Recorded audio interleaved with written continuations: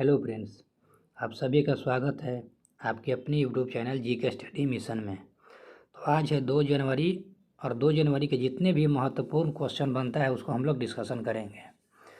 तो ये जो कंटेंट अगर अच्छा लगता है तो आप लोग चैनल को ज़रूर सब्सक्राइब कर लीजिएगा और आपके लिए हम बेहतर से बेहतर कंटेंट इकट्ठा करते हैं। तो चलिए, हम इसके साथ साथ स्टैटिक पोर्शन भी है और कंटेंट अच्छा लगता है चैनल को ज़रूर सब्सक्राइब कर लीजिएगा। तो कहता है हाल ही में इसरो ने एक्स रे पॉलीमीटर सैटेलाइट जिसका नाम क्या है एक्सपोसेट को किसने प्रक्षेपित किया है। तो प्रक्षेपित किससे किया गया है? तो इसरो के द्वारा किया गया है। और ये सेट क्या है? एक्सपोसेट जो है तो कहता है कहाँ से गया? तो श्रीहरिकोटा सतीश धवन केंद्र से लॉन्च किया गया है। तो कहता है कि कब किया गया है? तो 1 जनवरी 2024 को, यानी नए साल के शुरुआत में ही क्या किया गया है? लॉन्च किया गया है। और ये क्वेश्चन जो है आपके लिए बहुत ही महत्वपूर्ण क्वेश्चन है, आप इसको स्टार मार्क लगा लिए क्योंकि एग्जाम में आपसे डायरेक्ट पूछेगा ये जो है कहाँ से लॉन्च किया गया है। तो श्रीहरिकोटा सतीश धवन जो केंद्र है यहाँ से लॉन्च किया गया है, या किस संस्था से पूछेगा तो इसरो के द्वारा किया गया है। और पूछेगा किस व्हीकल से लॉन्च किया गया है, तो व्हीकल भी आपसे पूछेगा। तो PSLV C-58, ये तो आप जरूर याद रखिएगा कि PSLV C-58 इससे लॉन्च किया गया है। व्हीकल का नाम यही है और व्हीकल का जब नाम पूछता है तो C-58 कम से कम ये याद रखिएगा। और इसके बाद इसमें से क्या कहा गया कि इसका जो है एक्सपो सेट जो है इसका फुल फॉर्म क्या होता है? एक्सपो जो है पॉलीमीटर सैटेलाइट होता है। इसका क्या है? फुल फॉर्म है एक्सरे पॉलीमीटर सैटेलाइट है। और ये कितना डिग्री पे झुका हुआ है? तो 6 डिग्री पे झुका हुआ है। तो ये भी आप याद रखिए कितना डिग्री पे झुका हुआ है।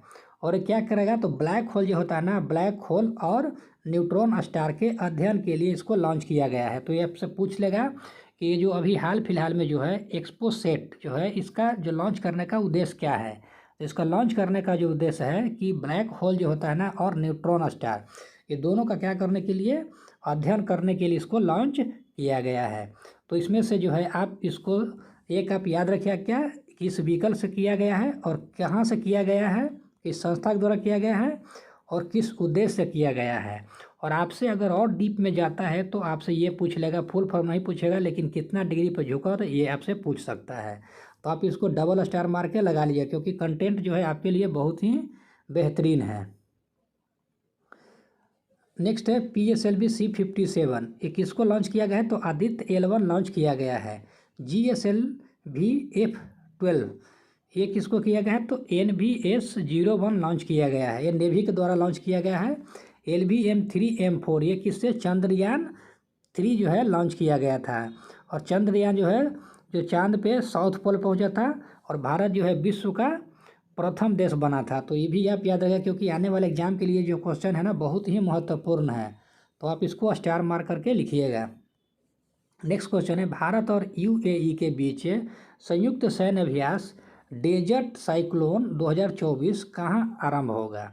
तो डेजर्ट साइक्लोन है और एक केवल होता है साइक्लोन अभ्यास और एक होता है डेजर्ट साइक्लोन अभ्यास। तो साइक्लोन अगर केवल अभ्यास पूछता है तो इसमें कंफ्यूज नहीं करना है। जब साइक्लोन पूछेगा तो भारत और मिस्र के साथ, और अगर डेजर्ट साइक्लोन पूछता है तो भारत और UAE के बीच होता है। और UAE की राजधानी कहाँ है? तो अबू धाबी है। और अभी धाबी जो है अभी यानी UAE के अंदर में कौन सा हुआ था? तो COP28 सम्मेलन हुआ था। तो ये भी आप जरूर याद रखिएगा कि कोप का भी है, ये सबसे पूछ लेगा COP28 कहाँ हुआ था? तो UAE के अंदर हुआ था। अब कहता है कि डेजर्ट जो साइक्लोन है ये कहाँ पे हो? तो थार रेगिस्तान जो है, थार रेगिस्तान कहाँ पड़ता है? तो राजस्थान में है, जहाँ पे इस अभ्यास किया गया था। और अभ्यास क्यों किया जाता है? तो अपने सेना के शक्ति को प्रदर्शित करने के लिए ये अभ्यास किया जाता है। और इसकी शुरुआत कब हुआ था? तो 2008 में। तो आपसे शुरुआत तो नहीं पूछेगा लेकिन आपसे ये पूछेगा कहाँ पे हुआ है और किन 2 देशों के बीच होता है। तो भारत तो एक शामिल रहेगा और साथ ही UAE रहेगा। तो आप साइक्लोन और डेजर्ट साइक्लोन में कंफ्यूज नहीं कीजिएगा क्योंकि कभी भी पूछ सकता है साइक्लोन और डेजर्ट साइक्लोन। तो जैसे ही केवल साइक्लोन पूछता है तो मिस्र लगा दीजिए और डेजर्ट अगर पूछेगा तो UAE हो जाएगा। एकता अभ्यास कहाँ होता है? तो भारत और मालदीव के बीच होता है। नोमेडिक एलिफेट जो न्यूमेरिक एलिफेट है भारत और मंगोलिया के बीच होता है। मालाबार जो अभ्यास हुआ था तो इसमें 4 जो देश है, USA है, इंडिया है, ऑस्ट्रेलिया है और जापान है। इसको क्या बोला जाता है? क्वाड देश बोला जाता है। तो क्वाड देश का जो भी मालाबार अभ्यास हुआ है तो इसको आप स्टार मार्क लगा लीजिए, डबल स्टार लगा लीजिए। और इसमें जो है तो आपसे ये पूछेगा क्वाड में जो भी मालाबार अभ्यास हुआ है उसमें जो प्रथम जो देश है वो कहाँ पे हुआ है? तो सबसे पहले ऑस्ट्रेलिया में इसकी शुरुआत किया गया है। नेक्स्ट क्वेश्चन है, एक दिवसीय अंतर्राष्ट्रीय और टेस्ट क्रिकेट से संन्यास लेने की घोषणा करने वाले डेविड वार्नर, नाम जो है डेविड वार्नर का संबंध किस देश से है? तो डेविड वार्नर जो है क्रिकेट खेलता है, लेकिन किस देश से संबंधित है? तो ऑस्ट्रेलिया से है। तो ऑस्ट्रेलिया के बारे में थोड़ा सा हम लोग जान लेंगे। अभी जो है ये जो है डेविड वार्नर अभी संन्यास लेने की घोषणा किए हैं। तो किससे? ये भी याद रखिएगा, आपसे पूछ लेगा कभी कभी कि डेविड वार्नर जो है अभी अंतर्राष्ट्रीय क्रिकेट से संन्यास लिए हैं। तो कौन से फॉर्मेट से अभी संन्यास लिए हैं?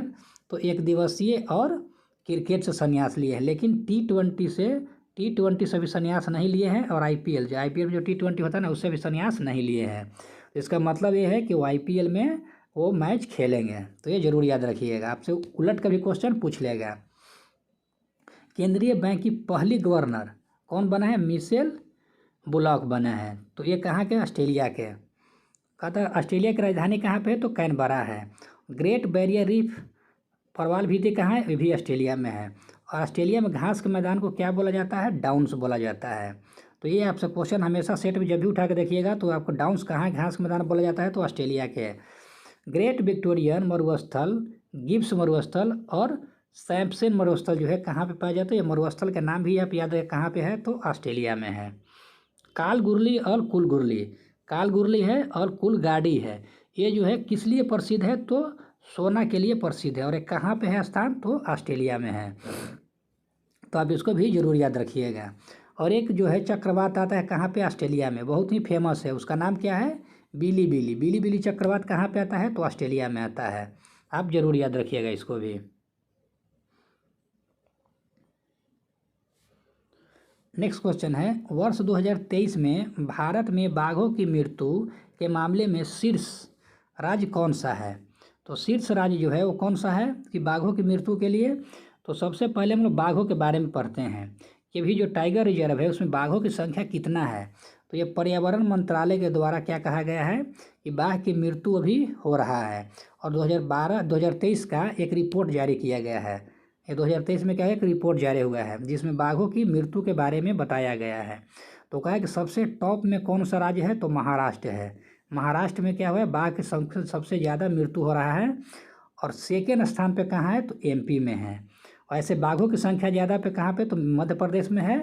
लेकिन मृत्यु कहाँ पे हो रहा है? तो महाराष्ट्र में हो रहा है। तो आपसे भी यही पूछेगा कि बाघों की मृत्यु जो है कहाँ पे भी सबसे ज़्यादा हुआ है? तो यह हुआ है महाराष्ट्र में। अभी बाघ की कितना मृत्यु? 177, यानी 2023 के अंदर में कितने बाघ की मृत्यु हो चुका है? तो 177 बाघ की मृत्यु हो चुका है। तो अभी जो टाइगर रिजर्व है, टाइगर रिजर्व की कुल संख्या कितना? 54 को अभी तक टाइगर रिजर्व है। टोटल जो टाइगर रिजर्व है इसकी संख्या कितना है? तो 54 है। 52वां नंबर के कौन सा है? तो आपसे पूछ लेगा 52, 53, 54। तो ये जो आपका करंट का है, इसलिए 3 क्वेश्चन आपको जरूर याद रखने का। 52 नंबर कौन सा? तो रामगढ़ विषधारी टाइगर रिजर्व जो है 52 नंबर का है। और 53वें नंबर कौन सा है? तो रानीपुर टाइगर रिजर्व है।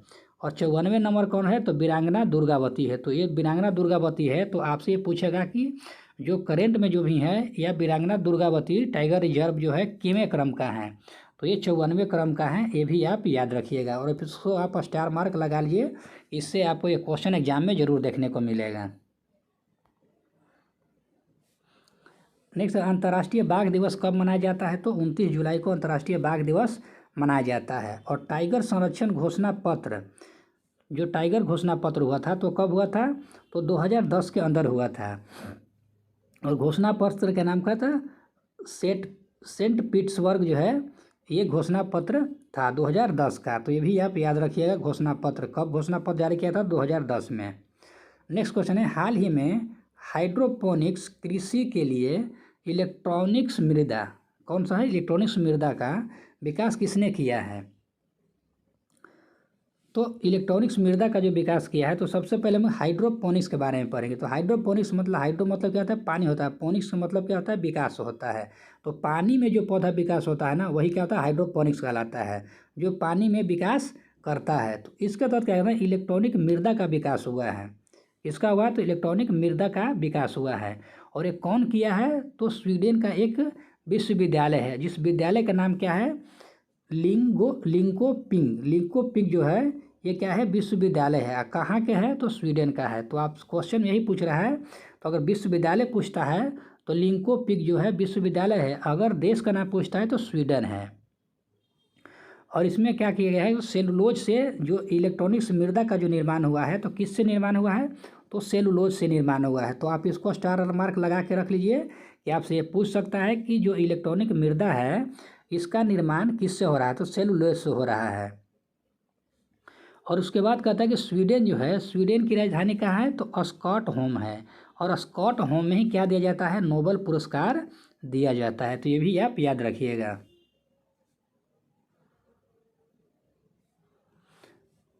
कहता मेरी माटी मेरा देश अभियान का टैगलाइन क्या था, जो मेरी माटी मेरा देश अभियान। अभी इसमें क्या कहता है, गांव गांव घर घर से क्या कहता है, मिट्टी को क्या कहता है, उसमें एक लोटा में तैयार किया गया, सभी लोग उससे जो मिट्टी मिला, वो मिट्टी कहाँ ले गया, तो दिल्ली। तो यही है, मेरी माटी मेरा देश अभियान चलाया गया था, और 31 अक्टूबर को इसकी समापन हो गया था। तो इसका टैगलाइन जो है क्या था, मिट्टी को नमन वीरों का वंदन। ये आप जरूर याद रखिएगा कि आने वाले एग्जाम में आपको देखने के लिए क्वेश्चन मिलेगा। नेशनल स्टॉक एक्सचेंज के अनुसार 1.49 करोड़ निवेश की संख्या वाला शीर्ष राज्य कौन सा बना है, तो नेशनल स्टॉक एक्सचेंज में। तो इसमें कहता है कि सेबी जो है ना, ये दोनों का रेगुलेट करता है। तो बीएसई और एक एनईएसई होता है। नेशनल स्टॉक एक्सचेंज होता है, बॉम्बे स्टॉक एक्सचेंज होता है। इसकी स्थापना कब हुआ था, तो बॉम्बे स्टॉक एक्सचेंज की स्थापना 1875 ईस्वी में हुआ था। और नेशनल स्टॉक एक्सचेंज की स्थापना कब हुआ था, तो 1992 ईस्वी में। और जो बीएसई जो है, ये जो है एशिया का सबसे पुराना स्टॉक एक्सचेंज है। तो भारत में निवेश की बात किया गया है, तो महाराष्ट्र जो है प्रथम नंबर पे है, और सेकेंड नंबर पे कौन आ गया है, तो यूपी आ गया। थर्ड नंबर पे गुजरात है। इससे पहले क्या था, दूसरे नंबर पे था गुजरात। तो गुजरात को पीछे छोड़कर यूपी जो है दूसरे नंबर पे आ गया। तो आपसे ये भी क्वेश्चन पूछ सकता है कि अभी हाल फिलहाल में नेशनल स्टॉक एक्सचेंज के अनुसार 1.4 ये नहीं हटाए पूछेगा, लेकिन पूछेगा कि नेशनल स्टॉक एक्सचेंज के अनुसार निवेशकों की संख्या में दूसरे स्थान पे यूपी पहुँचा है, तो किस राज्य को पछाड़ कर। तो आपसे पूछ लेगा किस राज्य को पीछे छोड़ते हुए। तो ये भी याद रखना, गुजरात को पीछे छोड़ते हुए दूसरे स्थान पे यूपी जो है पहुंच गया है। नेक्स्ट है कोस्बी कहाँ है, साउथ कोरिया का ये स्टॉक एक्सचेंज है। मार्केट कैप क्या होता है, तो मार्केट कैप क्या होता है ना, कुल शेयर गुने एक शेयर की कीमत। जैसे मान के चलिए कुल शेयर आप 500 शेयर खरीद रहे हैं, 500 शेयर खरीद रहे हैं, एक शेयर के दाम मान के चलिए कि 20 रुपया है। तो 20 में 5 से गुना करिएगा तो 5 दूनी 10 हो जाएगा, और 3 को 0 और हो जाएगा। तो कितना हो गया, यही जो अमाउंट हुआ ये क्या हो गया, आपका क्या होगा, मार्केट कैप हो गया। तो नेक्स्ट क्या है, निक्की स्टॉक एक्सचेंज। निक्की जो स्टॉक एक्सचेंज है किस देश का है, तो निक्की जो स्टॉक एक्सचेंज किस देश का है, तो जापान का है। नास्कॉट जो है ये कहाँ का है, तो यूएसए का है। तो ये भी आप जरूर याद रखिएगा, क्योंकि निक्की जो है ना, ये आपसे पूछता है एग्जाम में, तो इसको स्टार मार्क जरूर लगा के रख लीजिए। नेक्स्ट क्वेश्चन है, हाल ही में प्लास्टिक अपशिष्ट को रासायनिक रूप से पुनर्चक्रित कर ISCC प्लस प्रमाण पत्र प्राप्त करने वाली भारत की पहली कंपनी कौन सा बना है। यानी क्या कहता है ना, पुनः चक्रित करने के लिए, तो किसका, तो प्लास्टिक है। प्लास्टिक के जो अवशिष्ट होता है ना, उसको पुनः चक्रित करेगा। और उसको क्या प्रमाण पत्र मिला है, तो ISCC प्लस मिला है। ICC प्लस प्रमाण पत्र इसको मिला है। और ये क्या करे, इससे पुनः चक्रित करा। जो प्लास्टिक है ना, मिट्टी के अगर अंदर चला जाता है तो जल्दी वो गलता नहीं है, बहुत दिनों के बाद भी सेम रहता है। तो उसको क्या कहेगा, पुनर्चक्रित किया गया है। और इससे जो पोल्यूशन है ना, इसको कम करके कार्बन युक्त जो है बनाया जा रहा है। तो ये कौन सा कंपनी को मिला है, तो रिलायंस को मिला है। तो ये आप जरूर याद है किस कंपनी को मिला है, तो रिलायंस को मिला है और प्लास्टिक के पुनर्चक्रण के लिए इसको मिला है। और ये जो अवार्ड मिला है ना ISCC+2, ये आप याद रखिएगा, और प्लास्टिक के अवशिष्ट से बना रहा है।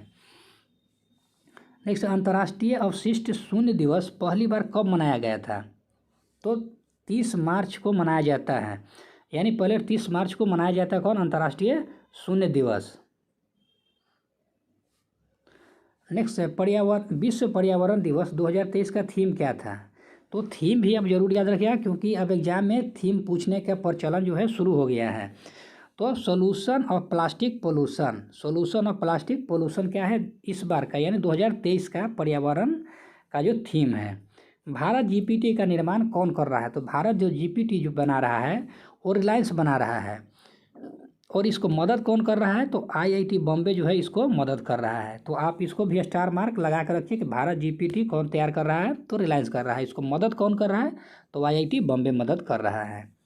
नेक्स्ट क्वेश्चन है, हाल ही में स्कॉटलैंड में आयोजित women under 19 Scottish junior open का खिताब किसने जीता है?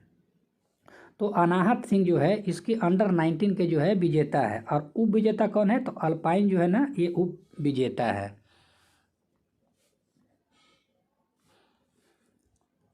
चौथे पैरा एशियन गेम्स में कौन सा खेल शामिल हुआ है? जो गेम्स हुआ है पैरा एशियन गेम्स कौन सा क्रम का हुआ है? तो चौथे क्रम का हुआ है।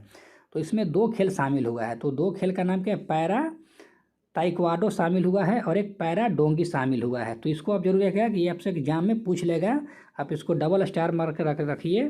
और इसमें एक गोल्ड जीता है, तो गोल्ड कौन जीता है? तो प्राची यादव को इसमें गोल्ड मिला है। तो प्राची यादव का भी नाम आप कन्फर्म याद रखिए, और ये 2 खेल शामिल हुआ है, 2 खेल का भी नाम कन्फर्म याद रखिए, पैरा ताइक्वांडो और पैरा डोगी, ये दोनों खेल शामिल हुआ है।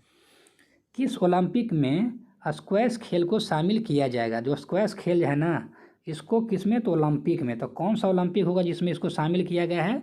तो 2028 में जब ओलंपिक होगा तो इसमें इसको शामिल किया गया है, और क्रिकेट को भी इसी में, यानी 2028 का ओलंपिक होगा उसमें क्रिकेट को भी शामिल किया गया है। शीतल देवी का संबंध किस खेल से है? तो पैरा तीरंदाजी से शीतल देवी का संबंध है। तो ये आपसे डायरेक्ट क्वेश्चन पूछेगा कि शीतल देवी का संबंध किस खेल से है।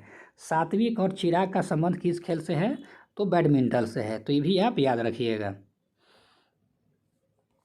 जो भी कंटेंट हम दे रहे हैं उसको आप लोग 2-3 बार रिवीजन कर लिएगा तो कंफर्म हो जाएगा, और बारी बारी से हम लोग क्लास में इसको क्या करते चलेंगे? रिवीजन करते रहेंगे। और कंटेंट अच्छा लगता है तो चैनल को ज़रूर सब्सक्राइब कर लीजिएगा, ताकि जब भी हम वीडियो अपलोड करें आपको उसका मैसेज और नोटिफिकेशन मिलते रहे। नेक्स्ट क्वेश्चन है, हाल ही में 12वां दिव्य कला मेले का उद्घाटन कहाँ हुआ है? तो दिव्य कला मेला का उद्घाटन जो है, ये जो दिव्य कला मेला है तो किसके द्वारा लगाया है? तो दिव्यांगों के लिए ये लगाया जा रहा है। और दिव्यांग जो है ना उसको क्या करना है कि वो अपने से खुद क्या करे? उत्पादन बनाए और उसको बेचे, ताकि वो आत्मनिर्भर बने, किसी के सामने हाथ ना फैलाए। इसलिए ये जो है दिव्य मेला का समारोह किया जा रहा है। और कितवें क्रम का है? तो 12वें क्रम का है। और कहाँ पे आयोजित किया गया है? तो सूरत कहाँ पे? तो गुजरात में है। और ये नंबर कौन सा है? तो 12वें नंबर का। और आर्थिक सबल बनाने के लिए, ऐसा नहीं कि उसको 100 रुपया 200 रुपया देकर आप उसको एहसान कर दे, नहीं, उनको खुद अंदर से ऐसा लगना चाहिए कि वो लोग भी आत्मनिर्भर हैं और वो लोग भी कुछ कर रहे हैं, वैसा होना चाहिए। इसलिए इनके उत्थान के लिए क्या किया गया है? दिव्य मेला का उद्घाटन किया जाता है। नहीं, खादी माटी, इसको आप स्टार मार्क लगा लीजिएगा। खादी माटी कला महोत्सव कहाँ मनाया जाता है? तो खादी माटी कला महोत्सव जो है गुजरात में मनाया जाता है। नम्मा कंबाला प्रतियोगिता कहाँ हुआ है? तो कर्नाटक में। हेरथ महोत्सव कहाँ था? तो जम्मू कश्मीर में है। और फूलदेई महोत्सव कहाँ पे? उत्तराखंड में। चिक्कल कालो महोत्सव कहाँ पे? तो गोवा में। तो ये सब जो नाम जो महोत्सव का है इसको आप स्टार मार्क लगा के ज़रूर रखिएगा, ताकि एग्जाम के समय में आप उसको रिवीजन कर सकते हैं। नेक्स्ट क्वेश्चन है, हाल ही में बेटी बचाओ बेटी पढ़ाओ, कौन सा नारा दिया गया है? बेटी बचाओ बेटी पढ़ाओ का ब्रांड एम्बेसडर किसे बनाया गया है? तो बेटी बचाओ बेटी पढ़ाओ की शुरुआत कब हुआ था? तो 22 जनवरी 2015 को इसकी शुरुआत किया गया था। कहाँ से किया गया? तो पानीपत हरियाणा से किया गया था। और इसका भी हाल फिलहाल में ब्रांड एम्बेसडर किसको बनाया गया है? तो पिंकी को। और पिंकी के कहाँ के हैं तो यूपी के मिर्ज़ापुर के। और पिंकी को क्यों बनाया गया, पिंकी एक स्माइल मूवी आया था, उस मूवी में इसको ऑस्कर अवार्ड मिला था, इस फिल्म को क्या मिला था, ऑस्कर अवार्ड मिला था। तो स्माइल के लिए इसमें क्या है, ये फिल्म प्रसिद्ध हुआ था। तो ये क्या है, एक प्रसिद्ध क्या बन गया, बेटी बन गया, इसलिए इसको क्या बना दिया गया, ब्रांड एम्बेसडर बनाया, किसका, बेटी बचाओ बेटी पढ़ाओ का। नेक्स्ट क्या है, लारियस स्पोर्ट्स का ब्रांड एम्बेसडर किसको बनाया गया है, तो नीरज चोपड़ा को बनाया गया है। बिसलरी पानी का जो बोतल होता है ना, उसका ब्रांड एम्बेसडर किसको बनाया गया है, तो दीपिका पादुकोण को बनाया गया है। अगर कंटेंट अच्छा लगता हो तो चैनल को सब्सक्राइब जरूर कर लीजिएगा। आज के लिए इतना ही, धन्यवाद।